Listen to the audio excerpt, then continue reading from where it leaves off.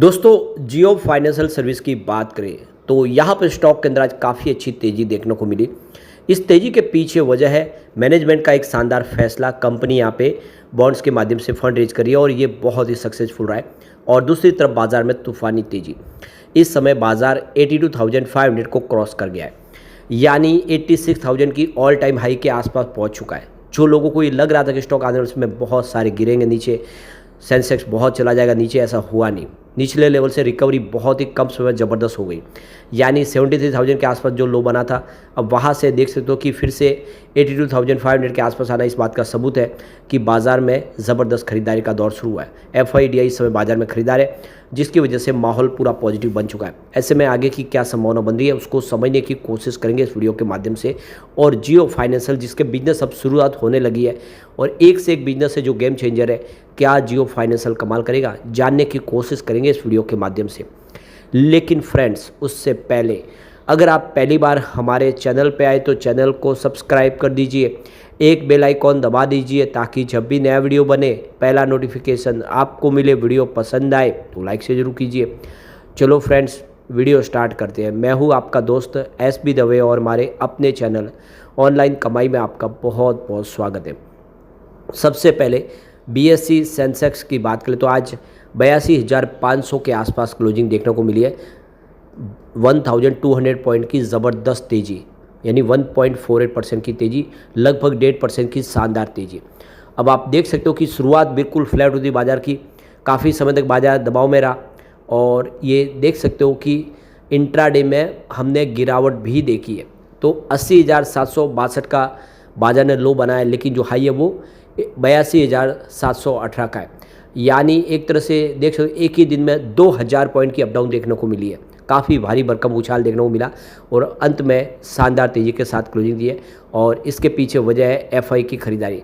FI कल बाजार में हल्की सी बिकवाली किए थे 476 करोड़ की, लेकिन आज फिर वो खरीदार बन गए और ये सबूत है कि फिलहाल FI बाजार में बने हुए हैं।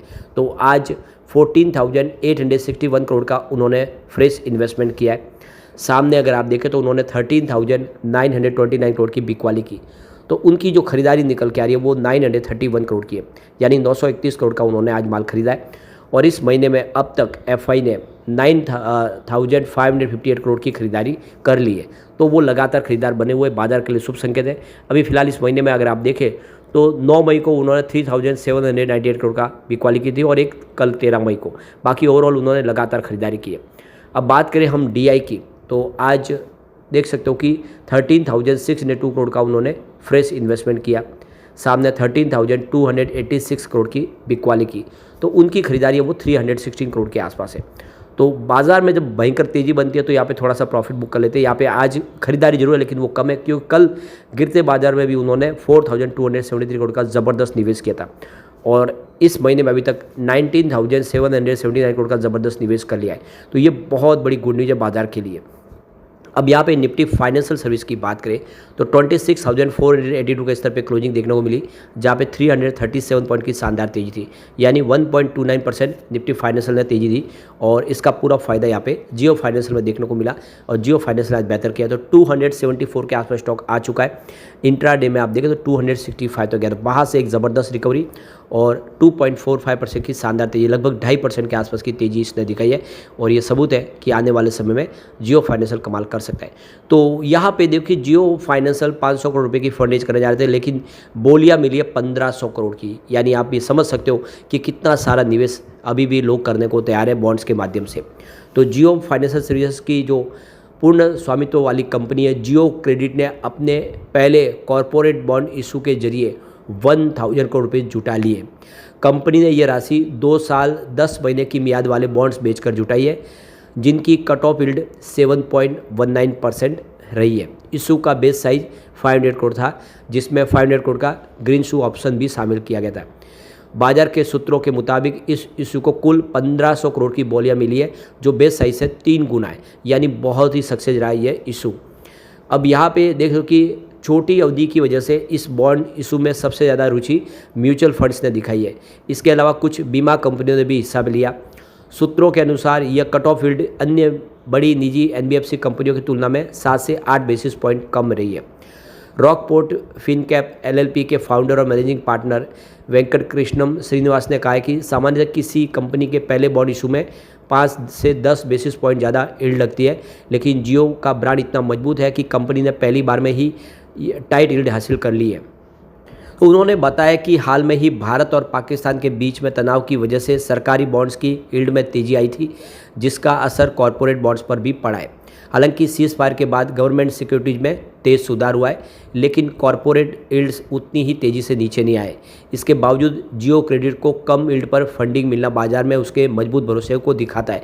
यानी एक तरह से दूसरी कंपनियों के मुकाबले इस पर भरोसा बहुत ज़्यादा है, क्योंकि रिलायंस का एक मजबूत ब्रांड शामिल है। ऐसे में ये साबित करता है कि आने वाले समय जियो फाइनेंशियल बाजार में धमाका कर सकता है और अपनी जो कंप्यूटर कंपनियां उनको बहुत पीछे पछाड़ सकता है। तो मार्च 2025 में जियो क्रेडिट ने घरेलू बॉन्ड मार्केट से 3000 करोड़ रुपये जुटाने की योजना बनाई थी, लेकिन उस समय यील्ड ऊंची होने के कारण कंपनी ने इशू को टाल दिया था। मार्च में ही कंपनी ने पहली बार कमर्शियल पेपर इशू करके 1000 करोड़ रुपये जुटाए थे। उस समय ये पेपर 7.80 की यील्ड पर और 3 महीने की अवधि के लिए बेचे गए थे। तो यहाँ पे देखो कि मार्च 2025 तक जियो क्रेडिट का कुल एसेट अंडर मैनेजमेंट 10,000 करोड़ पहुँच गया है। कंपनी होम लोन, प्रॉपर्टी पर लोन, म्यूचुअल फंड्स और शेयर पर लोन देती है। इसके अलावा यह vendors financing, working capital loan और टर्म लोन जैसे जो प्रोडक्ट भी ऑफर करती है। तो जियो फाइनेंशियल सर्विस जो कि एक कोर इन्वेस्टमेंट कंपनी है यानी CIC है और RBI से रजिस्टर है, अपने सभी वित्तीय उत्पाद और सेवाएं विभिन्न यूनिट्स के जरिए संचालित करती है, जिसमें जियो क्रेडिट, जियो फाइनेंस, जियो इंश्योरेंस ब्रोकिंग, जियो पेमेंट सॉल्यूशन, जियो लीजिंग सर्विसेज, जियो फाइनेंस प्लेटफॉर्म और इस तरह से जियो पेमेंट्स बैंक शामिल है। ये अलग अलग जो कंपनी की जो सब्सिडी उसके माध्यम से बिजनेस करती है। इस बॉन्ड्स इशू के लिए ICICI सिक्योरिटीज प्राइमरी डीलरशिप एकमात्र अरेंजर रही थी। तो ये बहुत बड़ा अचीवमेंट है और कह सकते हैं कि आने वाले समय जियो फाइनेंशियल कमाल कर सकता है।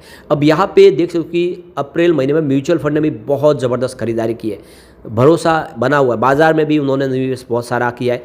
तो अप्रैल महीने में 95 म्यूचुअल फंड ने एंट्री मारी है, देख सकते हो कि जियो फाइनेंशियल में जम के खरीदारी की है और सिर्फ 25 ऐसे म्यूचुअल फंड हैं जिन्होंने एग्जिट लिया है। तो ये क्लियर सिग्नल है कि म्यूचुअल फंड बहुत सारा निवेश करे।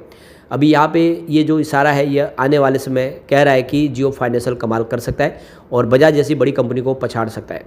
यहाँ पे टॉप 10 म्यूचुअल फंड देखे जिन्होंने जियो फाइनेंस में इन्वेस्टमेंट किया है। तो सबसे ऊपर quant small cap fund direct है, जिनका 26,222 करोड़ का AUM है और 1 ईयर का रिटर्न 2.11% है। Second, Nippon India small cap fund direct growth का 58,029 करोड़ का AUM है, उनका 1 ईयर का रिटर्न 6.73% है।